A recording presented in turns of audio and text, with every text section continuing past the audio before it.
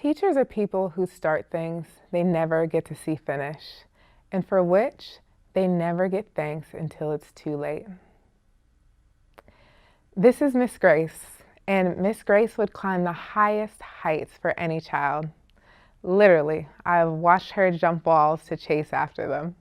If you could imagine the teacher that gave you the best of your early childhood memories, that teacher would be a Miss Grace. As an administrator, I saw myself drawn to her classroom. You know those moments where you needed an escape from adult work and you had to let some of those stresses and worries free? Miss Grace's classroom was the place to be. She always had some type of cool sensory activity going on, dance parties, or some type of child yoga to keep you centered. The environment that Grace provided for these children was so special. And she had the ability to make adults feel that magic. So I could only imagine the magic that those children felt. Grace made every moment special for children.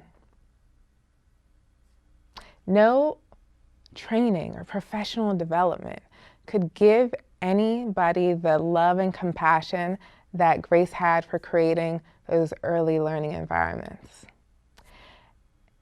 I often saw Grace in her corner of her classroom during her lunch break, turning cardboard boxes into characters or castles for her children to explore, or writing on her special stationery every time a child did extraordinary things. Grace just had an ability to create these magical environments. Parents always wanted their child to be in Grace's classroom, and they never wanted their child to leave. Grace also had the ability to make moments special for families as well. One of my favorite memories of Grace was one in which we were still at our old child care center, and we were enrolling a child with special needs. This child had autism. He was nonverbal, and he had sensory issues that caused him to bite. I vividly remember sitting in the tour with this child's mother as she was in tears, explaining her challenges and expressing her needs just to find an early childhood provider that would accept her child. She stared at me and said, "I just want somebody to love him like I do." At that moment, I knew that it would be a challenge to provide this family and this child with all the support that they needed. He had already been taken out of 9 centers before he stepped foot into my child care center. He was only 2 years old. After the enrollment tour, I met with Grace, being that this child was going to be in her classroom, and I asked her if she felt comfortable taking on this responsibility. Without hesitation, she said yes. Upon enrolling into our center, this child had many incidents with biting within the first couple months. Grace researched techniques and tools that would help with biting. And within about 2 to 3 months, this child was biting a chewy necklace instead of his friends. He also threw about toys across the classroom. He had no idea how to manipulate the toys in front of him, which made perfect sense because his mother explained to me at other child care centers, he was strapped down to a high chair so that he would not bite other children. He didn't have those experiences that he needed through play for his development. Grace requested additional services in her classroom so she could provide this child with one-on-one play therapy, while his mother awaited occupational services. One day I stepped into the classroom just to see this child sitting at a table manipulating Play-Doh. Grace made sure that she made phone calls every single day to this child's mother to give her updates on his progress in the classroom. Phone calls that she once expected to be negative at work turned into positive. I could go on and on about all of the things that Grace did to support this family and support this child. But the bottom line is, Grace never gave up on this child. She adjusted her learning environment and to address the needs of this child in her classroom. And just like she did the same for all the children in her classroom. And just like this mother had wished for, Grace cared, loved, and educated her child and all the other children in her room as if they were her own. The work of early childhood educators is essential work to our communities and our families. Without early childhood education and care, many families wouldn't be able to go to work, putting an even greater bearing on women in the workforce. Many children would never have access to those high-quality early learning opportunities that help their current and future development. There might be also instances where children are stuck in environments with increased neglect and abuse that would hurt their development. There would also be a widened gap for our school readiness, which would create further issues for our socioeconomic populations that are already struggling. The work of early childhood education is invaluable, and our community and our families need it. On an everyday basis, early childhood educators are creating environments of health and safety, all while educating our little learners about self-care and health and safety practices. They're implementing curriculums built with early learning standards and amazing lessons to support social emotional development, fine motor, gross motor, cognitive, and so much more. And did you know that early childhood educators help support brain science as well? As humans, we have over 100 billion neurons, and those neurons receive support by our early childhood educators through the environments and the interactions they serve to children every single day. Early childhood educators create magical moments and memories for our young children. They teach them the importance of the diversity within their peers and the world around them, all while celebrating the differences within themselves and every single child. They're raising our children to be wonderful members of our society. Early childhood education is essential in supporting the growth and love within our communities. The COVID-19 pandemic brought awareness to the importance of a lot of things to the public, and I was elated to hear that our early childhood educators made that topic of discussion. As mandated closures swept across America in March of 2020, it severely affected our children's learning environments and the progression of their everyday development. As parents were stuck at home, they could no longer go to work, and children could no longer go to school. Parents were faced with the task of working from home and homeschooling. I will say for myself, this was one of the most difficult things I had ever done.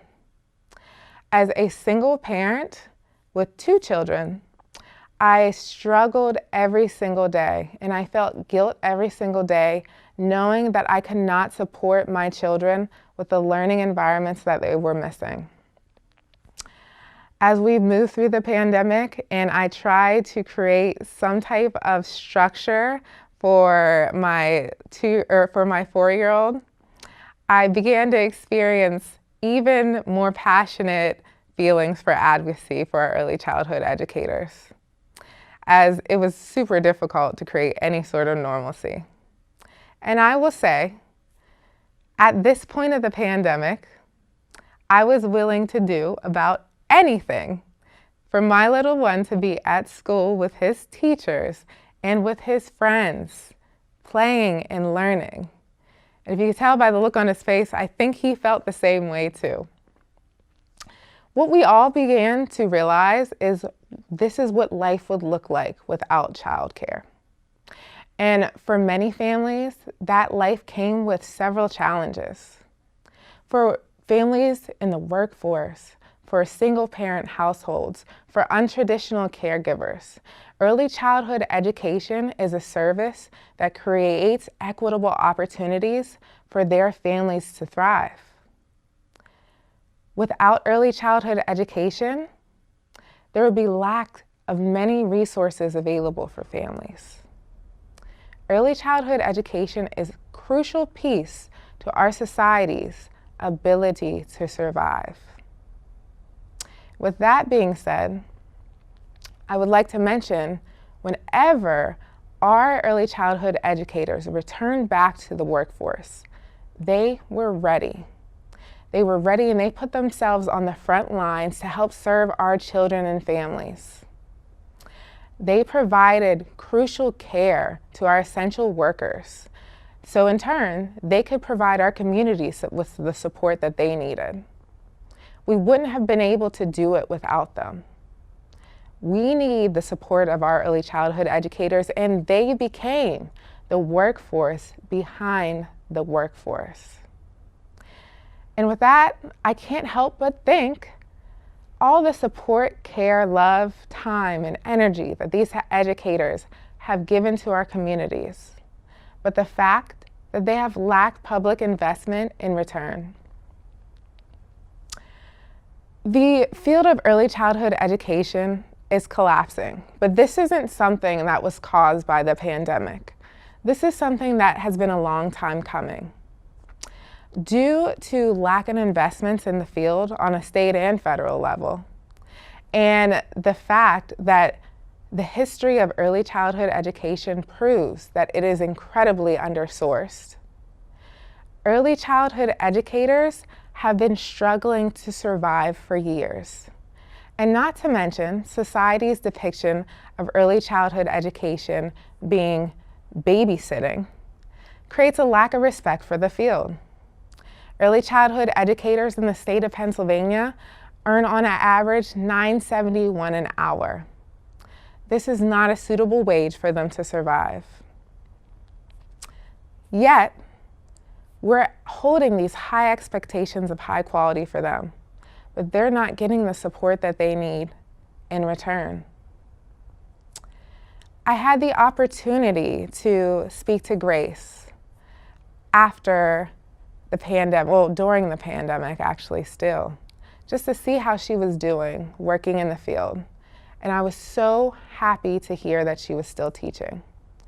Prior to our conversation, whenever I was still Grace's director, she had welcomed her first child. And we were so excited to hear that she was entering motherhood, as she had acted as a mother for so many children for so many years. Upon returning from maternity leave, Grace was faced with the harsh fact that she could not afford childcare, which is truly a sad thing to hear, being that she had already served as a mother to so many children for so many years, and she couldn't even afford childcare for her own child. And returning to childcare was very difficult for her, but she made it work somehow. Whenever I spoke to her recently, she had let me know that she was welcoming her second child, which I was so excited to hear. But she also gave me some bad news. She had let me know that with returning to work and having a second child, it wouldn't be possible for her to continue in the early childhood field, as the cost of childcare and insurance benefits for her family would take away more than half of her take-home pay. Losing a teacher like Grace to inadequate support and inadequate pay is an injustice to her, an injustice to the children and families that she serves. This should not be a factor in terms of keeping our educators in our workforce. They should be provided with the support that they need. Which I totally understand, as before, whenever Grace was a teacher at my center, I couldn't even provide her with the support that she needs. This stress is not on the provider, but it's on the public. The public needs to make opportunities for more investments for our early learning providers. Working at a center before that had 90% subsidy, I could not afford to give my early learning educators the salaries that they needed to survive, the salaries that they deserved, which constantly created teacher shortages in my center. Teacher shortages equal limited access to high-quality early learning opportunities for children and families. Limited access to high-quality early learning opportunities for children and families create inequitable instances within our society. This is something that has to change. Everybody deserves a chance at a quality start to high-quality education. In addition, for those providers who are serving subsidy populations, they are receiving a payment from the state to cover the cost of tuition within their child care centers. That payment is a percentage of the market rate value. For example, March 1st, 2021, the market rate value in Pennsylvania was increased to 40%, after sitting at merely 25% for several years. The federal recommendation is for that market rate value to at least cover 75% of the fee. So that means Pennsylvania still has a long way to go. Not to mention that the market rate value doesn't even fully reflect what the true cost of high quality actually is. And at this point, you all may be asking to yourself, well, where does the money go? Child care costs are so expensive. You know, as an early childhood advocate, I get this question all the time. But let's put some things into perspective. When we think about any business, the cost to provide anything quality is expensive. And the high quality early childhood education and experiences that these providers and educators serve is one that lasts for a lifetime. With that being said, the tuition that they receive as a profit doesn't come close to the amount that they spend in creating these high quality experiences. Early childhood providers are paying for operational expenses like educational supplies, labor costs, rent, utilities. You know, they've got to keep the lights on. And not to mention all the money that they're paying now in PPE as a result of COVID-19. So those are just some things to think about when we ask those questions. Where does the money go?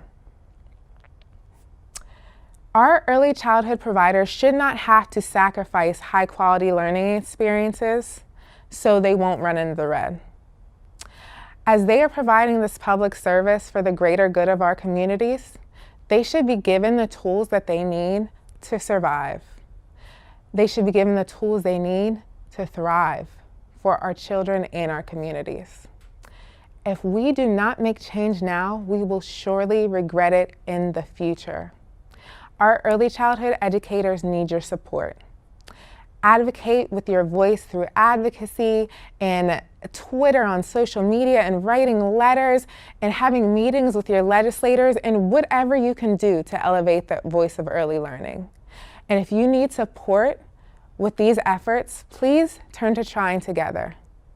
Trying Together is an early childhood advocacy organization that envisions a future in which all caregivers feel valued. Go to tryingtogether.org to the Advocacy tab to see how you can take action.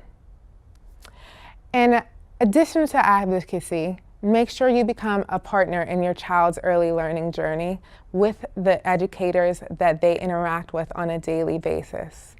Celebrate the profession every chance you can. And for all of my educators who are watching, I'm going to leave you with a quote from Fred Rogers. Real strength has to do with helping others, and that is the work that you do every single day.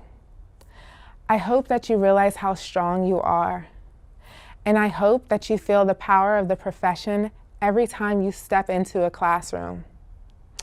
You are creating a funnel of hope for the present and the future. Keep shining your light on all of us. And thank you again for helping the whole world thrive.